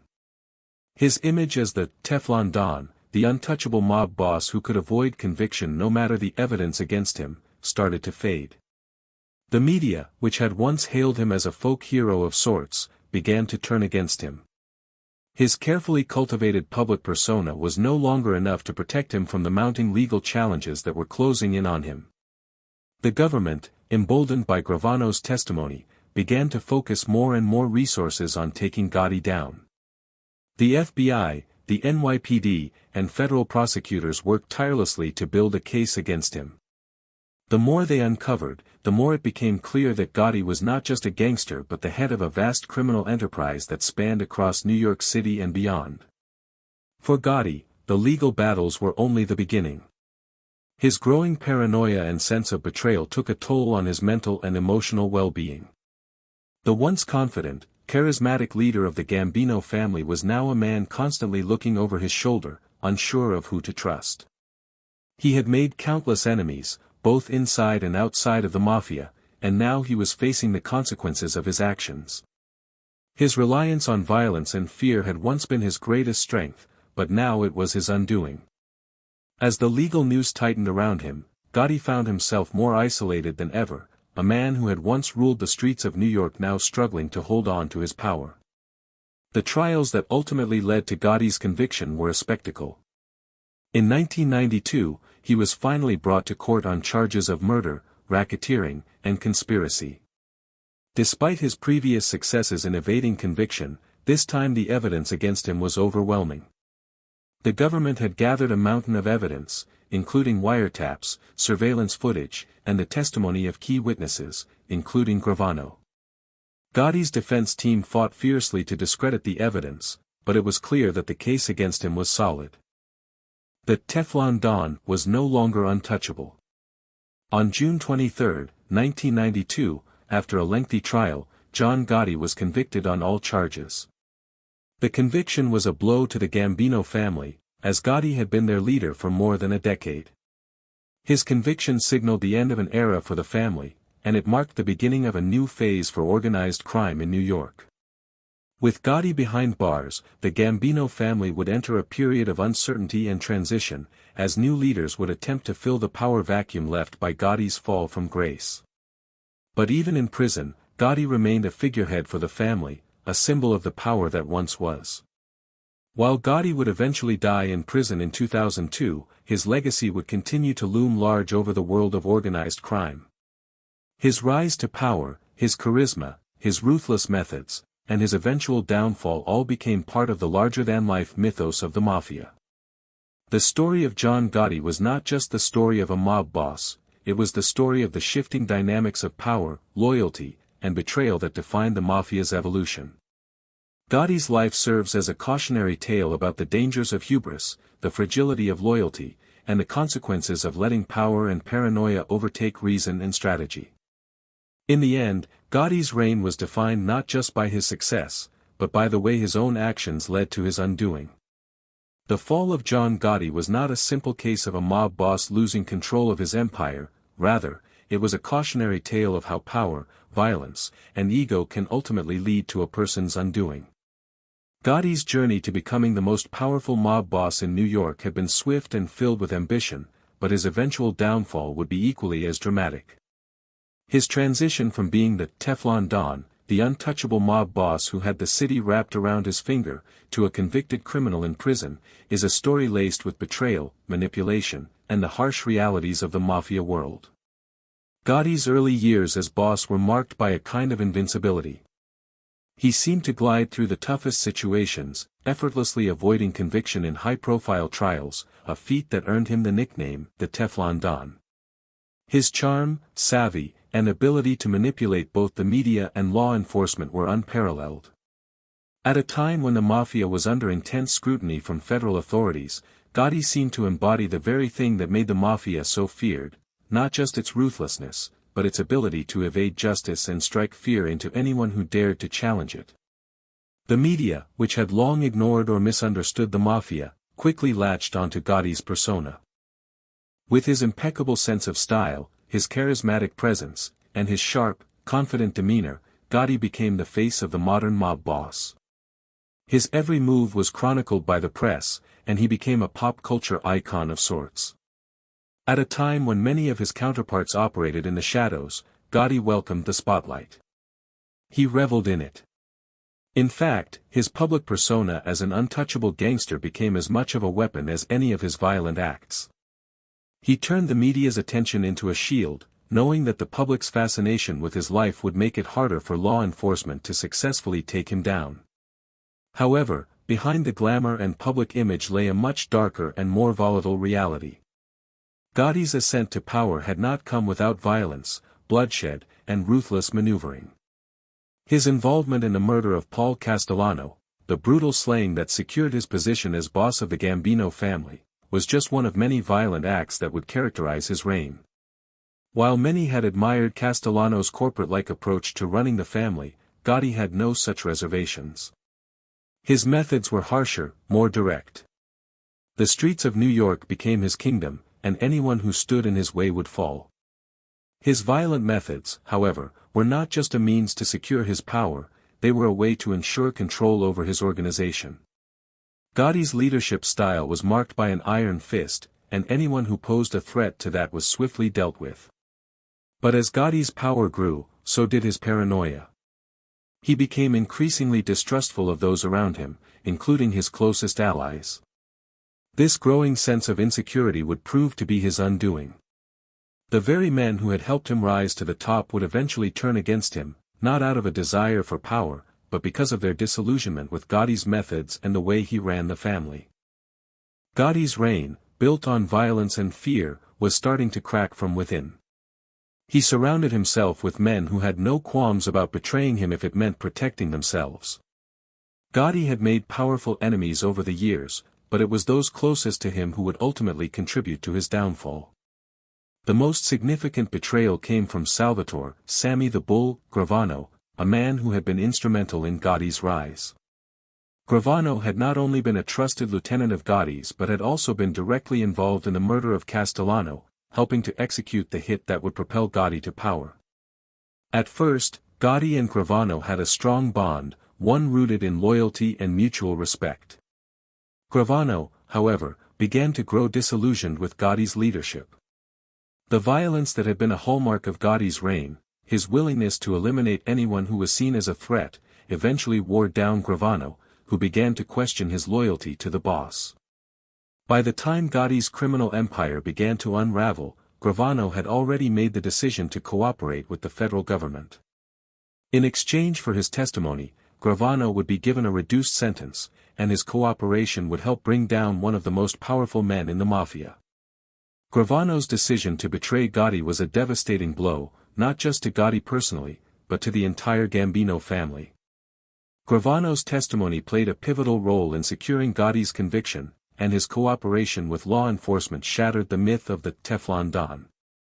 Once untouchable, Gotti was now vulnerable, exposed not just by the legal system, but by the very people who had once considered him a leader. For Gotti, the loss of Gravano was more than just a betrayal, it was a symbol of everything that had gone wrong in his world. The very trust that he had built his empire upon had crumbled, and he now found himself facing the consequences of his own actions.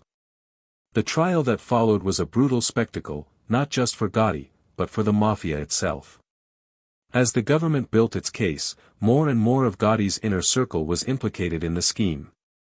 The evidence against him was overwhelming, and for the first time in years, the so-called Teflon Don seemed to be cornered. His ability to manipulate the media, to play the role of the invincible mob boss, could no longer protect him from the legal storm that was brewing. In 1992, Gotti was finally convicted on charges of murder, racketeering, and conspiracy. The evidence that had been gathered against him was insurmountable: wiretaps, witness testimony, and the fact that his trusted lieutenant had turned against him. The trial, which had begun as a public spectacle, ended in a bitter and anticlimactic victory for the government. Gotti was sentenced to life in prison without the possibility of parole. The once feared boss of the Gambino family was now just another inmate in a federal prison. The mafia, which had been ruled with an iron fist for so long, had lost its most prominent figure. But Gotti's story didn't end there. Even after his conviction, he remained a figurehead for the Gambino family. His name, his legacy, and his image continued to loom large over the mafia world, and his influence still held sway over those who remained loyal to him. His legend persisted even behind bars, and in some ways, his infamy only grew after his conviction. Gotti's ability to evade justice for so long, his rise from the streets to the pinnacle of the mafia world, and his eventual fall from grace became the stuff of legend. His story, as tragic and dramatic as it was, became part of the larger-than-life narrative of the mafia, a reminder of the power, the paranoia, and the betrayal that defined the world of organized crime. John Gotti's death in 2002, after a long battle with cancer, marked the final chapter in his life. Despite the years spent behind bars, Gotti's name remains synonymous with the mafia. His story continues to be told in books, documentaries, and movies, and his life serves as a cautionary tale of how power can corrupt, how loyalty can be fleeting, and how even the most untouchable figures can ultimately fall. Gotti's reign, which had once seemed invincible, was reduced to nothing more than a series of dramatic events and failures, leaving behind a legacy that is both fascinating and tragic in equal measure. As the years went on, the name John Gotti continued to echo through the streets of New York, both as a symbol of what the mafia could achieve and as a reminder of how quickly it could all come crashing down. While Gotti's reign as the boss of the Gambino family had been marked by audacity, fear, and a carefully crafted public persona, his fall from power left behind a family in turmoil, a criminal empire struggling to maintain its grip, and a shifting landscape of organized crime that would never be the same. The Gambino family had been at its peak during Gotti's leadership, a time when they controlled significant swaths of New York's underworld. Their operations spanned everything from drug trafficking to loan sharking, from extortion rackets to gambling. Gotti's rise to power had been swift and violent, but it had been his ability to maintain control, his charisma, and his talent for navigating the media spotlight that had set him apart from other mafia bosses. He became the face of the new mafia, a far cry from the secretive, old-school leaders who ran their families with a quiet, business-like efficiency.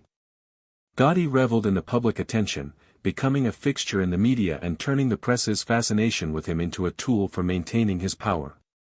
But as the years went by, the very things that made Gotti such a formidable boss began to unravel. His public persona, once a source of strength, became a liability. The media that had once celebrated him began to turn against him. He had made a career out of being the Teflon Don, the man who could not be touched by the law, but as the years went by, even his seemingly indestructible aura of invincibility started to wear thin. The cracks in his empire became more apparent as time went on, and the events that would ultimately bring him down were set in motion long before the fateful day of his conviction. One of the key factors in Gotti's downfall was his increasing reliance on violence to maintain his control. While it had worked for him in the beginning, the constant bloodshed and power struggles took their toll on the family. Gotti's leadership style, marked by swift and brutal retaliation against anyone he perceived as a threat, alienated many within the ranks of the Gambino family. His paranoia grew with each passing year, and his ability to trust those around him dwindled. The very men who had helped him rise to power were now seen as potential threats, and Gotti's growing list of enemies, both within and outside the family, made it increasingly difficult for him to maintain control. The most significant blow to Gotti's reign came from within his own inner circle.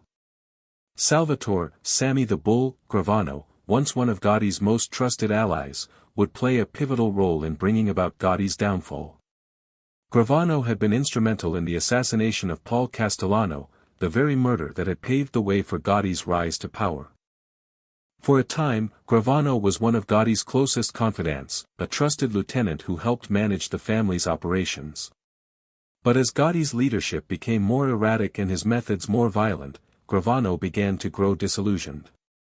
The tipping point came when Gotti's unyielding brutality began to extend to members of the family who were once considered loyal. Gravano, who had been involved in numerous murders and other criminal activities, began to question his loyalty to a man he saw as increasingly unstable and unpredictable. It was then that Gravano made the fateful decision to betray Gotti, becoming one of the most notorious mafia turncoats in history. In exchange for his cooperation with the government, Gravano received a reduced sentence, and his testimony would be instrumental in securing Gotti's conviction. The betrayal of Gravano, one of Gotti's closest allies, shattered the image of the Teflon Don. Gotti's carefully crafted public persona, his image as the untouchable mob boss, was now in jeopardy. The man who had once seemed invincible was now facing the very real threat of prison time, and it was all thanks to the very men who had helped him build his empire. As Gotti's criminal activities came under closer scrutiny, law enforcement agencies ramped up their efforts to bring him down. The FBI, which had been investigating Gotti for years, now had an overwhelming amount of evidence against him. They had wiretaps, surveillance footage, and testimonies from several key witnesses, including Gravano. The government had managed to piece together a detailed picture of Gotti's criminal empire, and it was clear that the charges against him were more than just speculation, they were backed by hard evidence.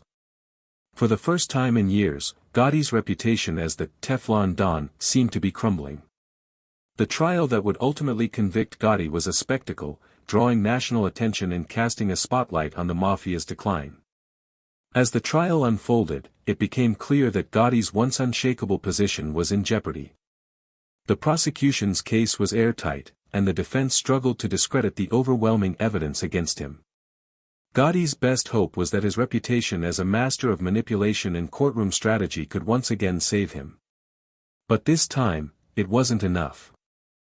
The government had built a case so strong that Gotti could no longer rely on his usual tricks. His fate was sealed. When the verdict came in, it was a moment of finality. John Gotti, the Teflon Don, was convicted on charges of murder, racketeering, and conspiracy. The once feared boss of the Gambino family was sentenced to life in prison, his empire crumbling beneath him. The conviction marked the end of an era for the mafia in New York. Gotti's fall from grace was as dramatic as his rise, and it signaled the beginning of the end for the traditional mafia structure that had once ruled the streets of New York. Even after his conviction, Gotti's legacy continued to loom large. His name, his image, and his story remained deeply ingrained in the public consciousness. The legend of the Teflon Don lived on in books, documentaries, and movies, and Gotti became a symbol of the highs and lows of mafia life.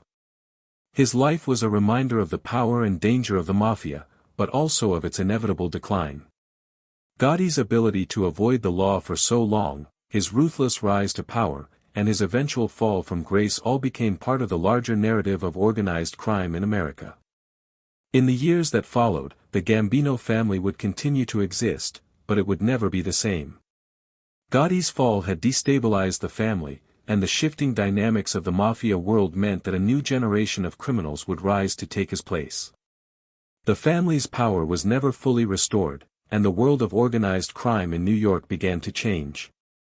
The rise of law enforcement and the increasing pressure from the federal government meant that the days of the mafia's dominance were numbered.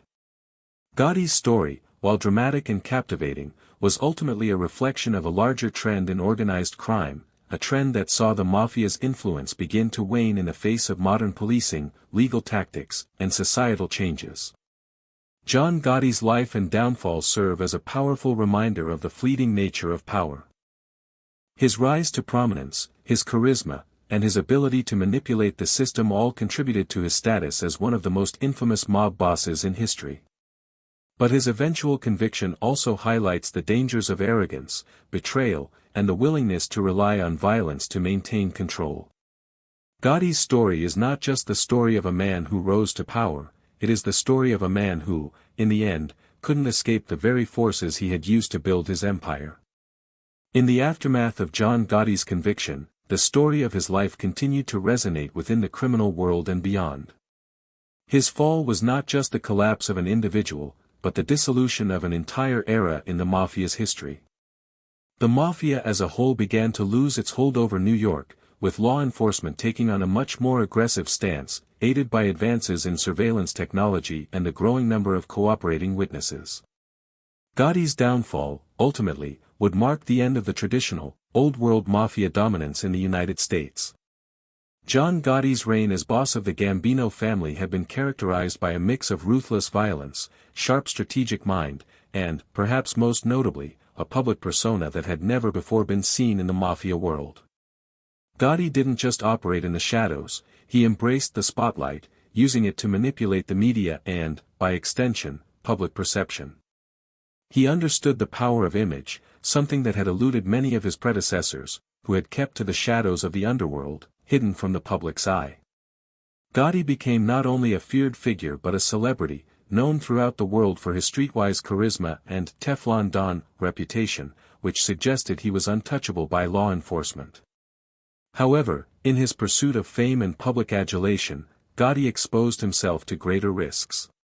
His rise was a dramatic one, filled with violent power struggles, ruthless betrayals, and murders that cemented his status at the helm of the Gambino family. By orchestrating the assassination of Paul Castellano, the previous boss, Gotti set the stage for a violent reign, but he also opened up the potential for conflicts within the ranks of his own family. The very nature of the mafia's organization, which had relied on strict loyalty and a shared understanding of respect, was beginning to fray as Gotti's empire grew. The Gambino family was not immune to internal turmoil. While Gotti had solidified his position at the top by eliminating enemies, both outside and within, his leadership style began to alienate many in his own ranks. Gotti's willingness to use excessive violence to ensure loyalty and maintain his power was both his strength and his greatest weakness. The men around him, many of whom had worked alongside him for years, started to question his increasingly erratic behavior. What had once been seen as a necessary and justified use of power began to look more like paranoia. Those who had once been his allies began to feel that they were expendable, and that, eventually, Gotti might see them as threats to his reign. Salvatore, Sammy the Bull, Gravano, once one of Gotti's closest and most trusted allies, became a central figure in the unraveling of Gotti's empire. Gravano, who had been involved in the assassination of Castellano and had played a key role in Gotti's rise, began to grow increasingly disillusioned with his boss. Gotti, by this point, had cultivated a network of loyal lieutenants, but his leadership was based on fear and violence rather than mutual respect. Gravano, a calculating and cold-hearted mobster, was not someone to be underestimated, and when Gotti's behavior began to threaten his own survival, Gravano made a pivotal decision that would forever alter the course of both men's lives. Gravano's betrayal, which culminated in his decision to cooperate with federal authorities, was the most devastating blow Gotti would ever face. As a turncoat, Gravano's testimony would not only seal Gotti's fate but would also lay bare the inner workings of the Gambino family and expose the darkest secrets of the mafia's operations. Gravano, along with other cooperating witnesses, provided the government with the evidence they needed to bring down Gotti, despite his past successes in avoiding conviction. The most shocking aspect of Gravano's cooperation was not just the fact that he betrayed Gotti, but that he had been one of the key players in the murder of Castellano, a move that had secured Gotti's own rise to power. The man who had been a loyal ally, a man who had helped Gotti build his empire, had turned on him. The trust that had once existed between them was shattered beyond repair. But Gotti's downfall wasn't just the result of betrayal. It was also a consequence of the law catching up with him. Over the years, Gotti had made countless enemies, not only in the mafia but in law enforcement as well. The FBI, New York Police Department, and federal prosecutors had been relentlessly pursuing him for years. They had all the tools they needed to take him down: surveillance footage, wiretaps, and a network of informants that Gotti had no way of controlling. The evidence against him had been building for years, but it wasn't until Gravano's testimony that the government had the missing piece of the puzzle. In many ways, the government's case against Gotti was the culmination of years of work. The authorities had gathered enough evidence to convict him on multiple charges, including murder, racketeering, and conspiracy. But even with the weight of this evidence, there were many who doubted whether Gotti would be convicted. His ability to avoid conviction in the past was legendary, and his defense team was among the best. But this time, things were different. The government's case was airtight. It was clear that Gotti could no longer rely on his ability to manipulate the media or his reputation as a man who could not be touched by the law. The Teflon Don had finally been cornered. The trial itself was an extraordinary spectacle, drawing intense media attention and becoming a symbol of the larger war between the mafia and law enforcement. Gotti had become a celebrity, and the public's fascination with him only added to the drama of the trial. His every move was scrutinized, and his lawyers worked tirelessly to discredit the evidence against him. But despite their best efforts, the evidence was overwhelming, and the jury delivered a guilty verdict. The conviction of John Gotti was a turning point in the history of organized crime in New York. It was seen as a victory for law enforcement, but it also marked the end of an era for the mafia. Gotti's rise and fall were symbolic of the changing dynamics of the criminal world, as the mafia's traditional methods began to lose their power in the face of modern law enforcement techniques. The once untouchable mob boss had been brought to justice, and the Gambino family, along with the rest of the mafia in New York, would never be the same. In the years that followed, Gotti's influence continued to loom large, even as he languished in prison. His name became synonymous with the mafia itself, and his legacy continued to be debated by those who had been close to him, as well as those who had studied his life from a distance. While some saw him as a ruthless and brilliant leader, others saw him as a man who had allowed his ego and paranoia to destroy everything he had built. In the end, Gotti's life was a tragic tale of power, betrayal, and the inevitable decay that follows those who seek to rule with fear and violence. John Gotti's death in 2002, while quietly marking the end of his life, did not end the conversation surrounding him.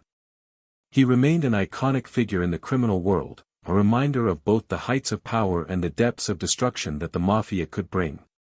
His story, as fascinating and tragic as it was, served as both a blueprint for others who sought to emulate his success and a warning about the dangers of unchecked ambition, arrogance, and a willingness to go to any length to hold on to power. The legacy of John Gotti, the Teflon Don, would continue to captivate, even as the criminal empire he built slowly faded into history. His story, filled with triumphs, betrayals, and inevitable consequences, had become an indelible part of the mythology of organized crime. The life of John Gotti was one that seemed tailor-made for a mythic narrative, one of rise, power, betrayal, and inevitable fall.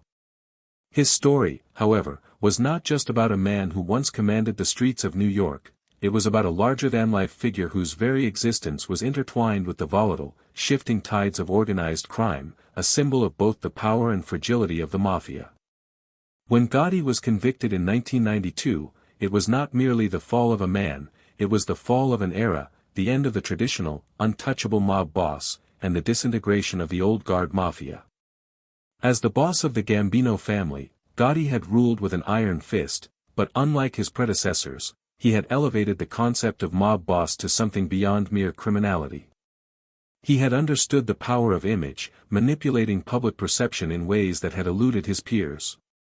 By the time Gotti ascended to the top of the mafia's hierarchy, the days of the quiet, reserved, almost businesslike bosses were numbered. Gotti, with his tailor-made suits, his confidence, and his unshakable public persona, had turned himself into a celebrity, one whose every move was documented and analyzed. His life became a spectacle, one in which even the most heinous of crimes seemed to be wrapped in a kind of mystique that the public couldn't resist. Yet, as the media played a huge role in shaping his image, it was also the media that would help begin to unravel the myth of the Teflon Don. In the early days of his rise, Gotti had used the press to his advantage, playing to their fascination with his life as a larger-than-life character. He understood that the public's perception was as valuable as any weapon in his arsenal. However, this obsession with public relations would ultimately be his undoing. As Gotti's story became more public, it became more difficult for him to maintain control over the narrative. The very thing that had once shielded him now exposed him to greater scrutiny. In the beginning, Gotti's charm had worked wonders. He was captivating to both his allies and his enemies, a man who could command the room with his sharp wit and sheer presence. His rise to power had been swift and ruthless, and his enemies soon realized that he was not a man to be trifled with. Through sheer force and cunning, he took out his rivals one by one, including the assassination of Paul Castellano, the former boss of the Gambino family. The brutal slaying not only secured Gotti's position as head of the family but also sent a loud and clear message to anyone who dared challenge him: Gotti was not just a boss, he was a force to be reckoned with. But the violence and bloodshed that had been the hallmark of Gotti's rise began to erode the very foundation of the Gambino family. The mafia, at its core, was built on loyalty, trust, and a code of conduct that had been passed down through generations. Gotti's willingness to shed blood at the slightest provocation, his lack of hesitation in eliminating those who stood in his way, would eventually weaken the very structure that had kept the family strong for decades. His paranoia, exacerbated by the constant pressure of staying ahead of the law, began to create cracks within the family, as old allies turned into liabilities. Salvatore, Sammy the Bull, Gravano, one of Gotti's most trusted lieutenants, was the first to truly realize that Gotti's reign was based on a foundation of fear rather than loyalty. Gravano had been instrumental in the murder of Castellano, and for a time, he was one of Gotti's closest and most valued associates. But as time wore on, Gravano's loyalty began to wane. He saw the cracks in Gotti's leadership, the instability caused by Gotti's erratic behavior, and the endless cycle of violence that had turned the Gambino family from a well-oiled machine into a fractured organization. Gravano, who had once helped Gotti eliminate his enemies, now realized that Gotti's quest for power had left everyone in his inner circle vulnerable. The sense of loyalty that had once bonded them together had eroded, and in its place was a sense of self-preservation. Gravano's decision to turn on Gotti was the moment that sealed the mob boss's fate. Gravano's cooperation with the federal government was a devastating blow to Gotti, but it was also a signal of the changing landscape of the mafia. The traditional code of silence, known as omerta, had been the cornerstone of mafia life. Men like Gotti had built their empires by adhering to this code, ensuring that the inner workings of their organizations remained shrouded in secrecy. But as more and more members of the mafia began to cooperate with law enforcement, the very fabric of the criminal empire began to unravel. The government's use of wiretaps, surveillance, and informants, tools that had once been powerless against the mafia, became the weapons that would ultimately destroy Gotti's empire. The trial that followed Gravano's testimony was nothing short of a spectacle, drawing massive media attention and turning Gotti into the focal point of the battle between organized crime and law enforcement. For years, Gotti had managed to avoid conviction, using his ability to manipulate the court system and the media to his advantage. He was the Teflon Don, the man who could not be touched by the law, no matter the evidence stacked against him. But this time, the odds were stacked far too high, and the evidence against him was overwhelming. The testimony of Gravano, combined with the mountains of surveillance and wiretap evidence, left Gotti with little room to maneuver. As the trial progressed, Gotti's once untouchable reputation began to crumble. The media, which had once lionized him, now began to portray him as a man facing the consequences of his actions.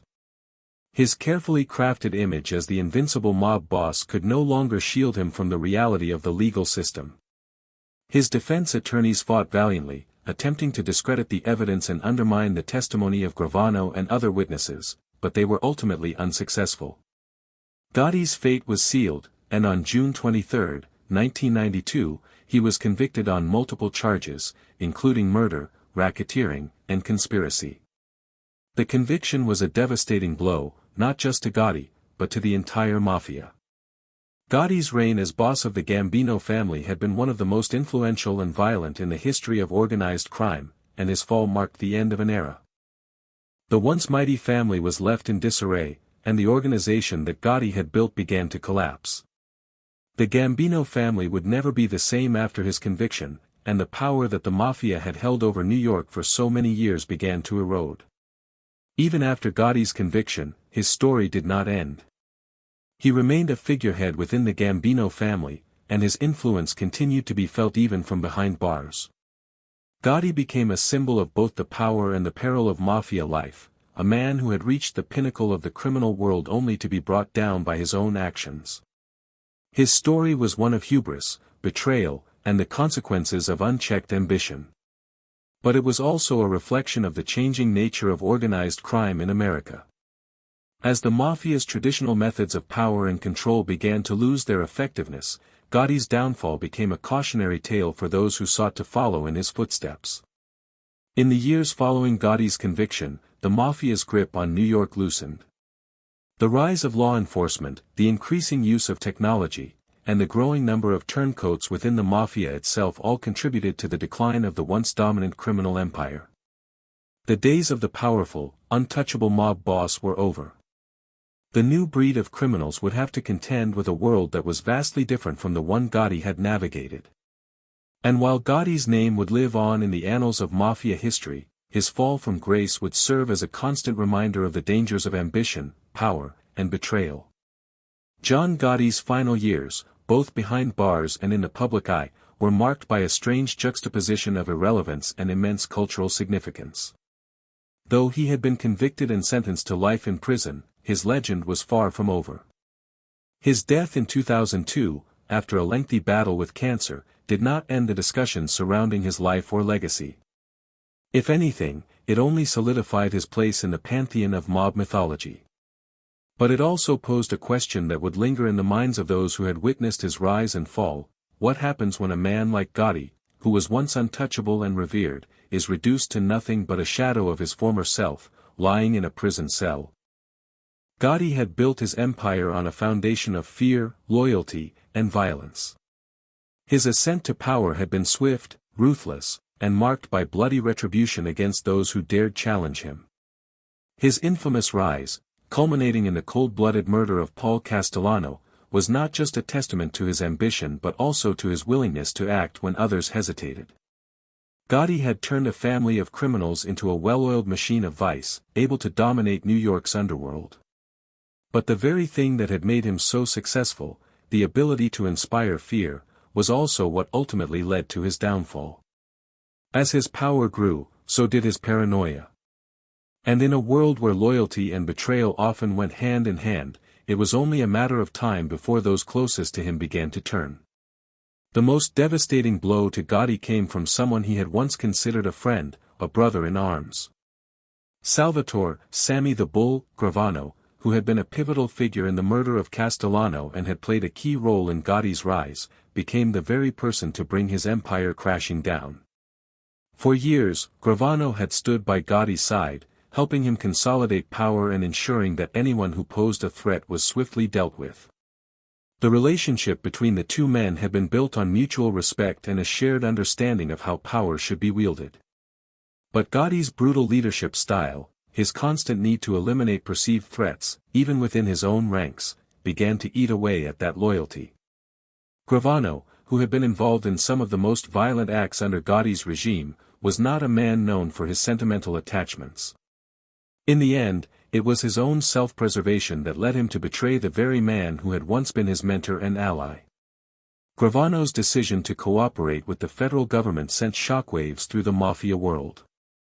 The government, which had long been investigating Gotti, now had the ultimate tool to bring him down: the testimony of one of his most trusted lieutenants. Gravano's willingness to testify against Gotti in exchange for a reduced sentence proved to be the final nail in the coffin of Gotti's criminal empire. For Gotti, this was not just a betrayal, it was a betrayal of the worst kind. Gravano had been one of the very people Gotti had placed his trust in, and now that trust had been shattered. The man who had helped him rise to the top had now turned on him, and Gotti was left to face the consequences alone. But Gravano's testimony was not the only factor that led to Gotti's conviction. The government had been building a case against him for years. Wiretaps, surveillance, and the testimonies of other witnesses had already provided law enforcement with a wealth of information.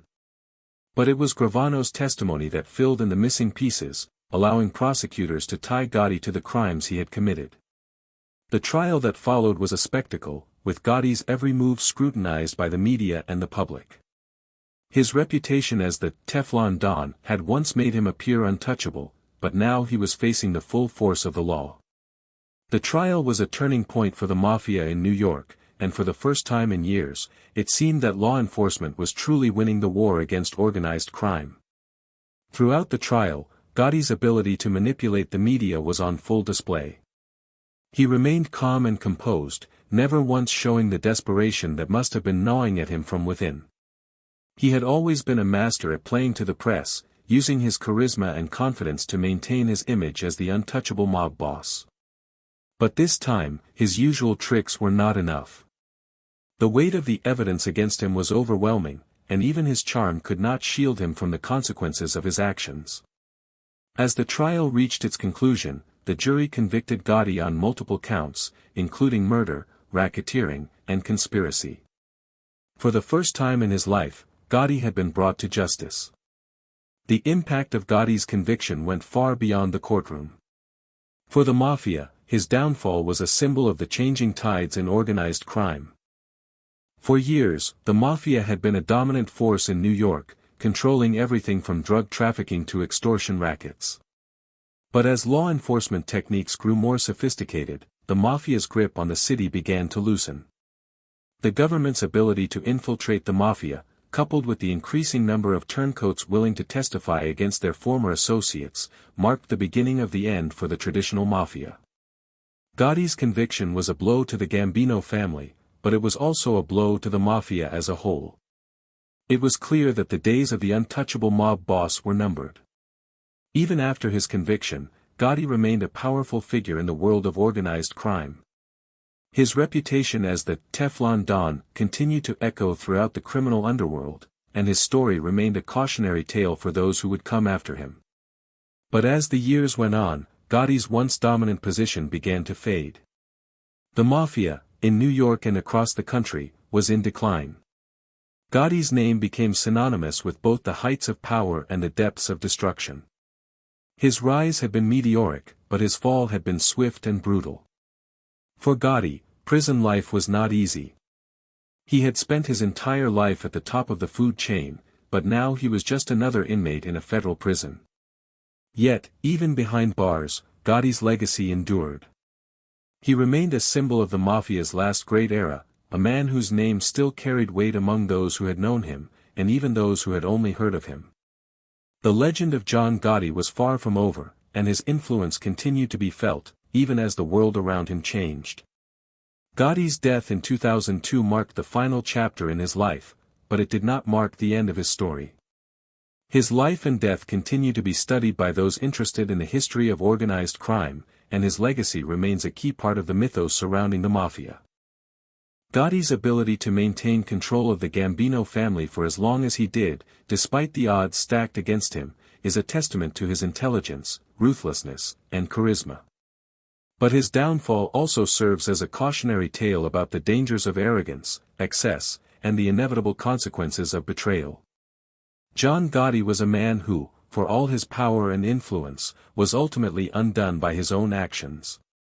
His rise to power was built on violence and fear, and his fall was a result of the same forces that had helped him succeed. His story serves as a reminder of the fragility of power and the limits of even the most legendary figures in the world of organized crime. Gotti may have been the Teflon Don for a time, but in the end, no one is untouchable, not even the most notorious and powerful mob boss in New York's history. John Gotti's death in 2002 did not mark the end of his story. Though his physical presence had faded, the legacy he left behind continued to loom large over both the world of organized crime and popular culture. Gotti's life had been a combination of myth, spectacle, and brutal power, a saga that transcended the limits of what one man could achieve within the mafia. His story was filled with ruthless ambition, betrayal, and ultimately, the realization that even the most indomitable figures can be brought low by the weight of their own actions. But even in his absence, Gotti's name lived on, cementing itself as a symbol of the mafia's glory days and the ultimate fall from grace. In the years following Gotti's conviction and his subsequent death, the mafia continued to decline. While his story had been one of meteoric rise, fierce power, and eventual destruction, his empire did not survive the passing of time. The Gambino family, once the most powerful crime syndicate in New York, never fully recovered from Gotti's fall. His conviction and the government's increased efforts to dismantle organized crime left a vacuum that few could fill. The very structure of the mafia was becoming increasingly fragile, and it became clear that the world of mobsters that Gotti had reigned over was slowly disappearing. However, the impact of Gotti's downfall extended far beyond the collapse of the Gambino family. His conviction in the early 1990s was a watershed moment for law enforcement. It demonstrated that even the most powerful mob bosses were not immune to the law, and it emboldened both federal and state agencies to pursue organized crime with greater intensity. Gotti's fall was a symbol of the beginning of the end for the old-school mafia. Newer, more sophisticated investigative methods, such as wiretaps, surveillance, and informants, had become the tools that law enforcement used to dismantle criminal organizations. These advances, which had eluded the mafia for so long, made it increasingly difficult for figures like Gotti to maintain their dominance. For a time, Gotti had been the face of the mafia. His name had been synonymous with power, intimidation, and control, and his reign as boss of the Gambino family had made him one of the most feared men in the world. But with his conviction and eventual imprisonment, the criminal empire that he had built began to crumble. The Gambino family, once a formidable force, was left struggling to regain its footing. The influence that Gotti had held over the family for so long quickly dissipated, and the power struggles that followed his imprisonment further weakened the organization. The myth of John Gotti, however, would not die so easily. Despite his downfall, his story continued to captivate the public's imagination. His trial, his media-savvy persona, and his ultimate conviction had made him a figure of fascination and intrigue.